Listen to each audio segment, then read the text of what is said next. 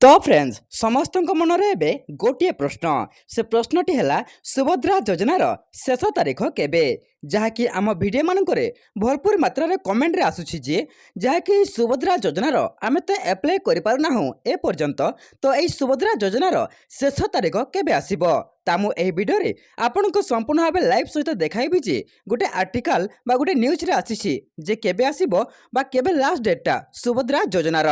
तो मुझे आपको देखा ता पूर्व आम चैनल को नुआ आसी चैनल टी सब्सक्राइब करके पाखर आसुथिबा बेल आइकन को दबाई दिंतु। तो आउ डेरी करवानी तो देखि पारुछंती बीजेपी सरकार महात्वाकांक्षी सुभद्रा योजना को नहीं रही द्वंद्व को आज पुणी थे राज्य सरकार दूर करने को प्रयास करिसेंती।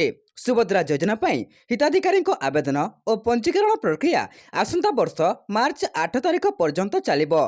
तबे आपण माने मने रखंतु जे एई 2024 तैयारी चलुछि 2025 मार्च 8 तारिख पर्यंत जहाँकि सुभद्रा योजनार लास्ट तारीख बा शेष तारीख अच्छी माने 2025 8 तारीख पर आपण माने करि परिबे नाही। मार्च 8 तारीख पर आपण माने सुभद्रा ऑनलाइन करि परिबे नाही।